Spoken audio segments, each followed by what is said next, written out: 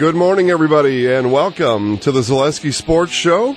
Got a lot of good stuff to talk about today. It was a whole last week of excellent sports, and it was a jam-packed weekend full of high school football, volleyball, soccer, NFL football. The Milwaukee Brewers deciding they're going to get in the mix here. We'll talk about that. Chasing the Cubs right now. We'll get into those wild card baseball standings, and we'll see what else comes up. But to start today, and Steve Maves be along here in the show today as well, we're going to start with NFL, and we're going to start with Herschel Walker. Minnesota Vikings a number of years ago made what a lot of Packer fans especially said was one of the worst trades in NFL history that, again, according to some, enabled the Dallas Cowboys to go on a spectacular 3 Super Bowl run. And the Vikings have been hearing about it ever since. And the Packers and Vikings played yesterday. We'll get into all the fine details of that game. But before we do, we'll take you back to 2 years ago when Case Keenum, quarterback for the Minnesota Vikings, he was not even scheduled, he's for sure not scheduled to start. He may have not even been really scheduled to be on the team. Sam Bradford was quarterback. Teddy Bridgewater was on the team. And Bridgewater didn't make it out of training camp with a leg injury. Sam Bradford hurt later on. We happened to be at Vikings training camp that year, got to meet Case, excellent person. We had asked him, he had just come from Los Angeles and all the way over to Minnesota, so we asked him, what do you do for fun? I mean, you go all the way from Los Angeles, you come here to Minnesota, maybe not quite the entertainment, there's no Disney World, there's no beach, there's no, whatever in Minnesota. What do you do for fun? And he gave a spectacular answer. He said, my fun is football. And he had fun that year playing football. As a matter of fact, he capped off the year with the Minneapolis Miracle against the Saints. Stephon Diggs with zeros on the clock in an NFC divisional game. Minnesota comes from behind to beat the Saints. They do drop the NFC championship game a week later, but Case Keenum takes his team to the NFC championship game, and the Minnesota Vikings reward him with saying, get out of here. And so they get rid of a good quarterback, or at least a quarterback that was good for the Minnesota Vikings, and they pay a lot of money for, you like me now, Kirk Cousins, or how do you like that? Whatever in the world he said. But it was a befuddling move to begin with. And then we'll fast forward to yesterday's Packers-Vikings tilt over at Lambeau, which are always fun. Divisional games are fun. The Packers now have played 2. They are 2-0. They have those 2 divisional wins, which is something you put money in the bank on those. But Minnesota has the ball first and goal. They're going to go up. They're going to take a lead with 5 minutes left in the game. I mean, you got to think it the way things maybe were positioned there. So you're first and goal. You've got Dalvin Cook, who had just ripped off a large touchdown run earlier in the game, a 75-yarder back in the second quarter. So you're first and 5, or you're first and goal from the 5. You've got Dalvin Cook. You've got some other things. You hand off the ball, right? Wrong. Instead, you tell Kirk Cousins, who, well, we'll see what opinions form here. I'm just not a Kirk Cousins fan at all. Never have been. You tell Kirk Cousins to load up and throw to the corner of the end zone. He throws off his back foot, a completely horrible throw, just a horrible football pass. Kirk Cousins makes to the back. It's picked off, and the Vikings, I don't know if they got the ball back once after that, maybe, but they never threatened after that. Packers run off the clock, run off the win, and we'll bring in Steve Maves now to tell us all about how the Green Bay Packers scored 21 points in the first 16 minutes of the game, didn't score another point, and beat the Minnesota Vikings. Steve Maves. Yeah, that first drive, they went 75 yards in 2 minutes, and it looked like they were going to be unstoppable. Then they, and then Minnesota had a missed field goal, and then Green Bay got it right back and scored again. They were up 21-0. Then Dalvin Cook, as you mentioned, 75 yards once Green Bay went up 21-0. But again, they, as you mentioned, in that last drive where they could have scored, the Vikings could have taken a lead. Along with Dalvin Cook, they had Alex Madison. They were just pounding and pounding and pounding. First and goal from the inside the 10-yard line, and there was pressure from the Packers defensively. He dropped all the way back to the 20-yard line, threw it off his back foot, trying to get into the back of the end zone. That goes back to what happened last week in the Bears-Packers game with Mitchell Trubisky right at the end of the game, throwing into the back of the end zone. And the Packers' defense just phenomenal. In the second half, there was one great pass and great catch from Cousins to Stephon Diggs. But other than that, 14 of 32, and you pay this guy $84 million guaranteed.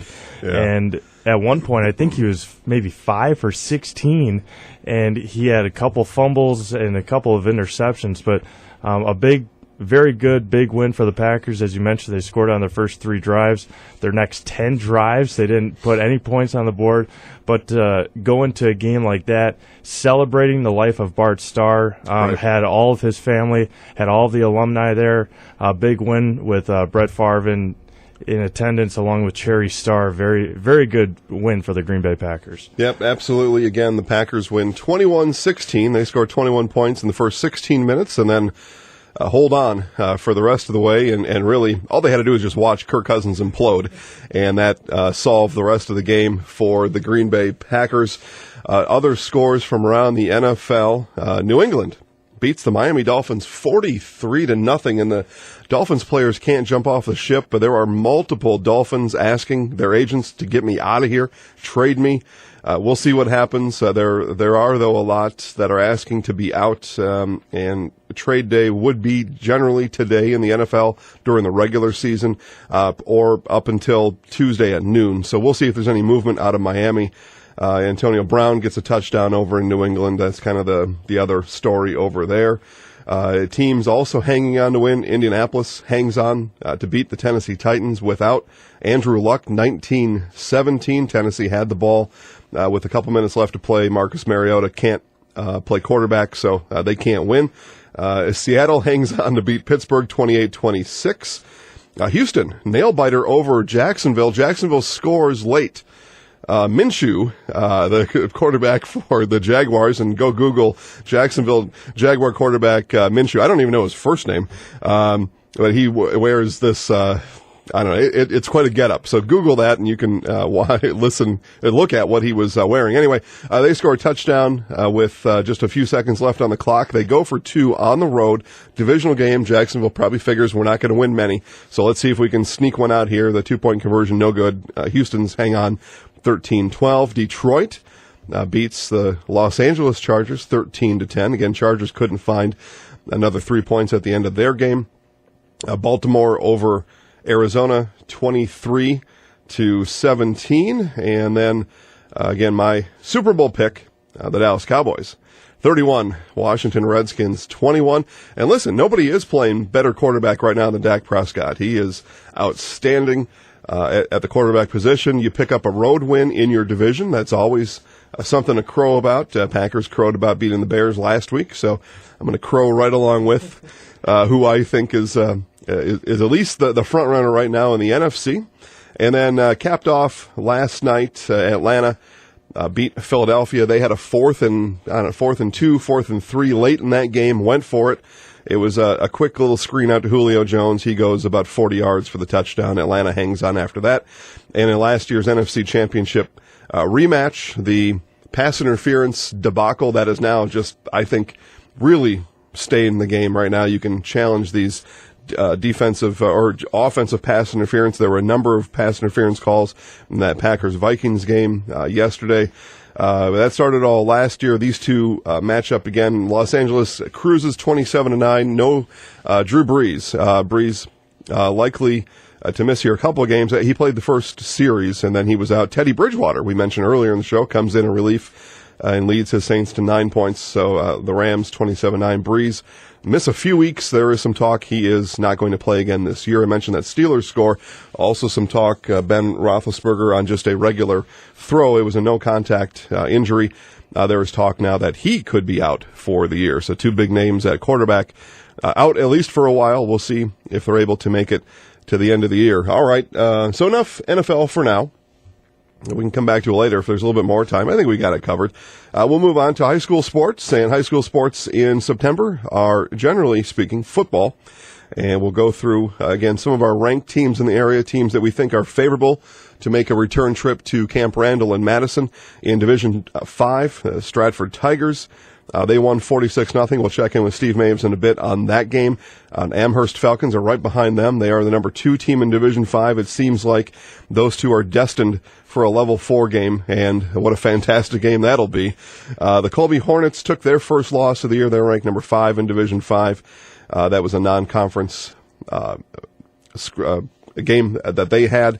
Over in Division 6, Abbotsford is ranked number 4. Iola Scandinavia, for the time being, ranked number 9. We don't think that will be the case after the new polls come out. Division 7, Edgar is ranked number 2. And I think that's everybody right there. So we'll go through some of those, some of the local scores. Wisconsin Rapids took care of, oh, and I've got the wrong date up here. Wisconsin Rapids won. They took care of Appleton West on Friday. And we'll come back to the actual score here in just a second. I had the wrong page up here as I was going through things.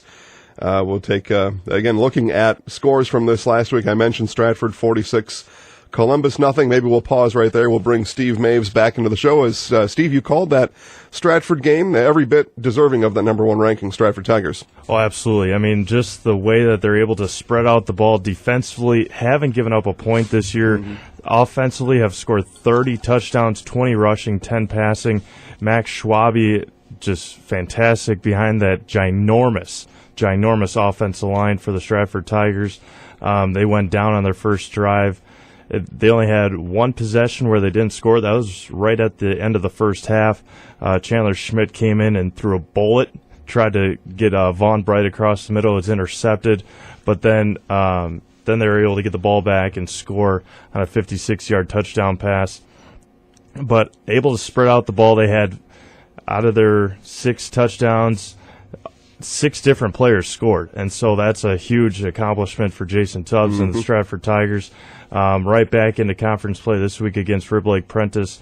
Don't see much of a challenge in conference play except maybe Edgar right there at the end of the year, but Stratford all deserving of that number 1 seed, absolutely. All the talk right now is, will Stratford give up a point in the regular season anyway in 2019? And I don't know. I mean, at this point, we just don't know. If something funny were to happen, there's a fumble on the 5 or something like that, and those things can happen in high school sports. But perhaps Stratford chasing some sort of mythology, some sort of mythological record of not giving up, and we can look into that as the season goes on. Again, we're just a few games into the year, but that's kind of the talk right now as to who would be able to score against them. And right now, we don't know. We just don't know that answer. Maybe Edgar. We'll see later on in the season there. I mentioned Colby lost. They lost a non-conference game down at Spring Valley, 39-0. Coach Hagan and the Hornets likely to make good use of that type of game as they come back into conference play after that. Allman Bancroft beats Pittsville 26-9 over at the home of the Eagles over in Allman Bancroft. As we go through the rest of the scores, Anago over Ashland, 20-0. And we mentioned the Stratford score. Pacelli falls to Fall River, 14-8. Fond du Lac just squeaks by DC Everest, 55-7. Abbotsford over Gilman. We mentioned ranked team. Abbotsford, they take care of the Pirates. Pirates now lost 2 in a row. They were undefeated a couple weeks ago. We'll come back to Greenwood. We'll come back to them. They lost to Greenwood last week in overtime. If you're a Pirate, crusher.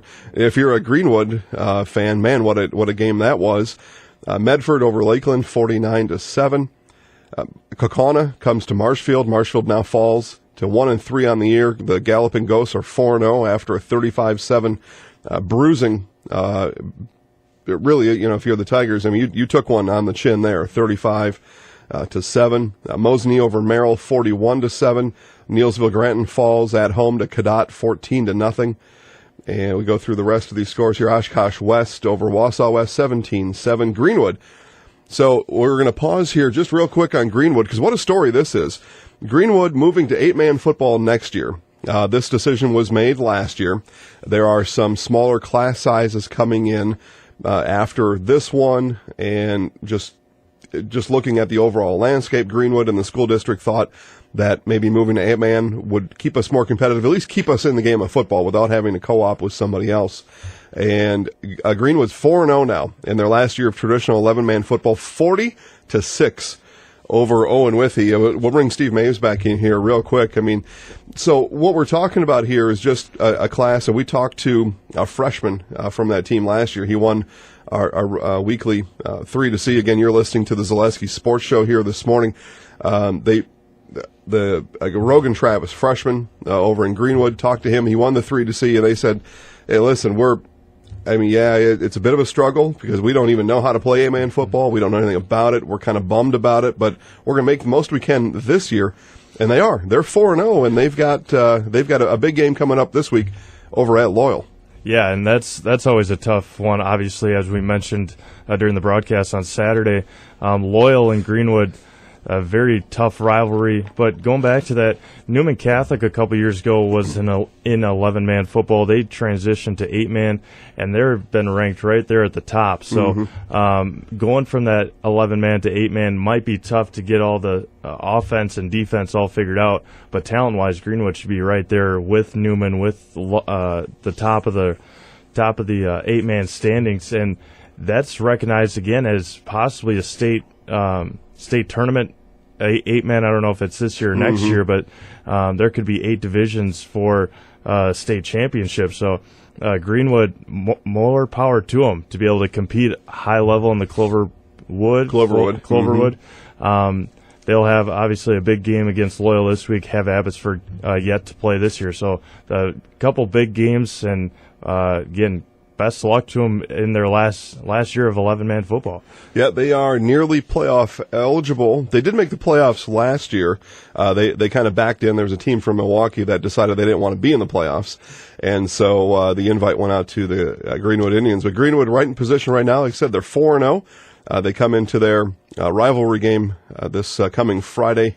We'll have highlights of that over on Facebook at Zaleski Sports Neillsville. But if there's a game to pick to go to, that's my pick to click if you want to just watch some good old-fashioned high school football. Greenwood Loyal, the rivalry, as I call it, and that game will be Friday over in Loyal at 7 p.m. Wausau East falls to Rhinelander 31-13. Amherst, number 2 ranked team, who we think is on a collision course at a level 4 playoff game, chance to go to state game with the Stratford Tigers. Amherst takes care of Shiocton 52-0. Spencer Columbus now has won 2 games in a row. They beat Stanley Boyd 47-14. Kimberly, just like Fond du Lac, just gets by Spash over at Gerke Field 41-7. Kimberly, the most boring football team in Wisconsin high school football. Athens over Thorpe 18-12. Auburndale crushes Tomahawk 56-6. Mentioned that Wisconsin Rapids win Lincoln over Appleton West 28-12. Wittenberg Burnhamwood over Iola Scandinavia. Iola Scandinavia now moves to 1-3. We'll see if they drop out of the rankings. I know a lot of folks in the area upset that they're even ranked to begin with, and a lot of credit being given over there to the T-Birds, but they fall at Wittenberg Burnhamwood 18-8. Edgar invites their Minnesota team in, so they kind of gave a little prelude to the Packers inviting a Minnesota team in. Edgar, though, a little more convincing than the Packers as they take care of Dover Iota 42-8, and that game was never really in doubt. Marathon over Rib Lake Prentice 54-0. And then Hortonville over, they brought a team up from Michigan, Kingsford 57-13, and then I'd mentioned that Colby score 39-0, and then lastly, Assumption falls at home to Loyal 42-14, and that game started on Thursday. Lightning delay put a pause on the game Thursday night. They played 5.5 minutes. Loyal had scored a touchdown. They went 10 plays right down the field, scored against the Royals. And then we came back on Saturday. They resumed the game at 1 o'clock. We were tied at 14 at halftime, and then Loyal pulled away in the end. Just too much gas, just too much just too much for Assumption. The Royals fall to 0-4, and looking through the Assumption schedule, they are going to have to search long and hard for a win on the schedule this year. We do hope that they get it together. We don't want any team to go through that, but they'll play at Athens on Friday, and we'll see what happens. Again, Athens Blue Jays having a good year, so we'll see what happens over there. Wisconsin Rapids Lincoln will host DC Everest. Marshfield is at Spash. Special note on that game. That game starts at 5 p.m. That's a doubleheader. Pacelli plays at Gerke Field after that Spash game. So if you want to watch Marshfield and Spash, that game is at 5 o'clock. And I know 1450 AM WDLB's Gene Delisio and Dale Yukaitis will be on the call.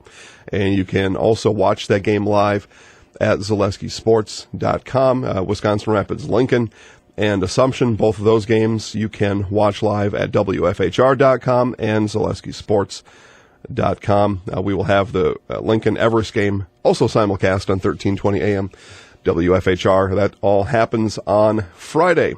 All right, so last we talked, which was a week ago, we talked about the Milwaukee Brewers and that they were seeing if they fit in the mix. They were seeing if they were going to be part of anything coming down the stretch. They played, essentially, it was a 3-week season.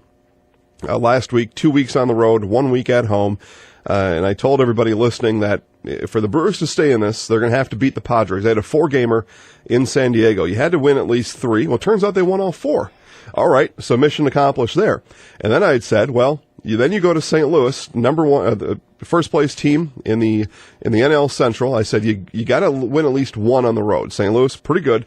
You got to win at least 1 on the road. Well, they dropped a bad one on Friday, 10-0. They won a squeaker on Saturday, and then Ryan Braun comes to the plate last night, or yesterday afternoon, whatever time it was. Ryan Braun comes to the plate, 2 outs in the bottom of the 9th, Brewers trailing. He's got a full count pitch, and it's a grand slam jack. And the Brewers, Steve Maves, are right in it. How in the world did that happen? Yeah, and they're doing it all without Christian Yelich. I mean, MVP from last year. I was watching or listening to the game a little bit, and that's something that obviously Ryan Braun being that one of the elders on the Brewers now, but that's a scenario that you dream of growing up. Bases loaded, your team down by 1 run, full count, 2 outs, top of the 9th inning, and just launched it to left center field. They almost lost it again in the bottom of the 9th. I mean, they were up 7-4. Cardinals able to score 2, but yeah, they have a very favorable end of the year to the Brewers. Contrary to the Cubs, they have 2 series yet against the St. Louis Cardinals. Brewers 3 behind the Cardinals in the atop the NL Central, 1 behind the Cubs in the wild card. Winning, you're in. I mean, they're 9-1 over the last 10 games. You just got to keep on winning. Back to Milwaukee tonight, and against the Padres, another very team that you should take care of, especially down the stretch of the season. So Brewers just got to keep winning, obviously, to get in. So I don't think there's a game on the schedule, and we'll go through it here real quick. They play 4 against the Padres at home, 3 against the Pirates at home. The Pirates just got dismantled by the Chicago Cubs over the weekend. There were some big numbers being scored. I know 16 I saw once. I saw another one that was a double-digit run total that the Cubs put up.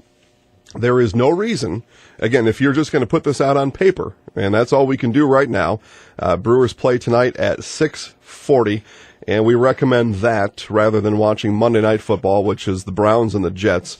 So skip Monday Night Football. I'll pay attention. We'll pay attention for you, and we'll get you caught up if you missed anything. The Brewers play the Padres. First pitch scheduled for 6:40 tonight, and you got to be able, on paper, you got to be able to think that the Brewers should win all 4 against the Padres and should win all 3 against the Pirates. Now, real life happens and things happen, but on paper, those are all 7 very favorable games, as Steve just said, very winnable games. And then you finish the year, you get a day off next Monday, the 23rd. Then you finish the year with 3 at the Reds and 3 at the Rockies, 2 teams that are out. I mean, they're out of it. So, they're expanded rosters. You would think perhaps those teams would be playing some of these futures type of players. getting people in different positions, maybe experimenting a little bit, where the Brewers are poised to take advantage of that. And as Steve just said, now the Cubs get to play the Reds now 3 games in a row at home. That starts tonight. The Cubs figure to keep winning, but then the Cardinals. And the Cardinals come to town for a 4-game set. That starts on Thursday. The Cubs also get next Monday, the 23rd, off. They go back to the Pirates, who they just swept, and then they go at the Cardinals. Now, the only thing that I'll say there is by that time, with those last 3 games, the Cardinals could have the division wrapped up. Now, I'm not saying that they're going to just let the Cubs win if that were to happen, but there's some interesting things that are going to play out here over the next couple weeks. Now, I wrote the Brewers off for dead, as I have now the past couple of years at the mid-season point, but here they are right in it. They're 1 game out of the wild card. It's not inconceivable that if St. Louis falls apart, they're 3 games behind the Cardinals, that they still can't challenge for a division title. As a matter of fact, it's really the only division title that's in question right now. The other 2 teams, the Dodgers and the Braves, have already clinched their divisions. So this is the only one that's still in contention. They are 3 games behind the Washington Nationals in the wild card standings. 1 game, though, behind the Cubs, and the Cubs has got to be their focus coming in. And, yeah, on paper, Steve, on paper, it looks like, if anything were to happen, that the Brewers would be able to catch the Cubs. I don't know what kind of % chance you'll put on it. I'll turn it back to here in just a second. But I think at this point, the Brewers got to feel very happy with a minus 30 run differential, that they've got a 50-50 shot to be in a 1-game playoff series against the Nationals. Yeah, absolutely. And I mean, the Nationals, they yet are to clinch that wild card. They have 3 against the Cardinals starting tonight. So if they are able to take care of the Cardinals, Brewers do their business, and Cubs do their business, realistically, don't want to say it could happen, but realistically, the Cardinals could somehow find themselves on the out and out of the playoffs. The Nationals need to win, obviously, to keep their number 1 spot in the wild card. And as long as the Brewers and Cubs keep on winning, the Cardinals possibly lose. They have 4 against the Cubs, 3 against the Diamondbacks, and then, as you mentioned, finish 3 at home against the Cubs. They need to keep on winning. The Nationals are not going to just roll over, and the Cardinals aren't going to roll over for the Nationals. But what a story the Nationals are, getting rid of Bryce Harper and finding themselves in a playoff mix. So big couple 2 weeks to finish off the year. Yeah, it's going to be fun to watch. And again, tonight we recommend watching the Brewers and skipping Monday Night Football. You're not going to miss anything over there anyway. So as we begin the approach here to land today's show, we're on our final approach coming in. Again, you're listening to the Zaleski Sports Show. Jason Zaleski here, along with Steve Maves. We'll touch back into high school sports here real quick. We'll tell you about volleyball. We think volleyball is every bit as exciting as football in the fall sports high school season, and a few teams around the area to watch. The Newman Cardinals have been good for a while. They're still good, so if you're in that neighborhood, get up and see the Newman Cardinals. Columbus Catholic in Marshfield, very good volleyball team. And the Stratford Tigers have been to state 2 years in a row. We think the Tigers are at least positioned well to head back to state again this year. It was a Tigers versus Tigers on Thursday up in Stratford. It was a tie-break 5th game nail-biter up there. You can see highlights of that over on Facebook at Zaleski Sports. But that was a fun one, and Stratford is going to play a fun one on Tuesday over at Newman. That game will be live on the Zaleski Sports Network. And then, as we talk about volleyball teams in the area, the Auburndale Apaches. Auburndale is they've got a good, solid team. They're in Division III. They beat the number 2 ranked in Division IV, Columbus Catholic Dons, just about a week and a half ago. And Auburndale is also at home on Tuesday as they take on Marathon. So there's some good volleyball in the area. These girls are working their butts off, playing just spectacular volleyball. So get out and see some of those teams in the area, because their season goes fast. They'll be in the playoffs here in less than a month, and then they're off and running over to the Rush Center over in Green Bay. So we will end it on that note. Again, we've got a lot coming up this week. Check the sports schedules, WDLBAM.com, WFHR.com, and ZaleskiSports.com. For Steve Maves, Jason Zaleski here, telling you to have a great week, and we'll talk to you again later this week. Go Sports.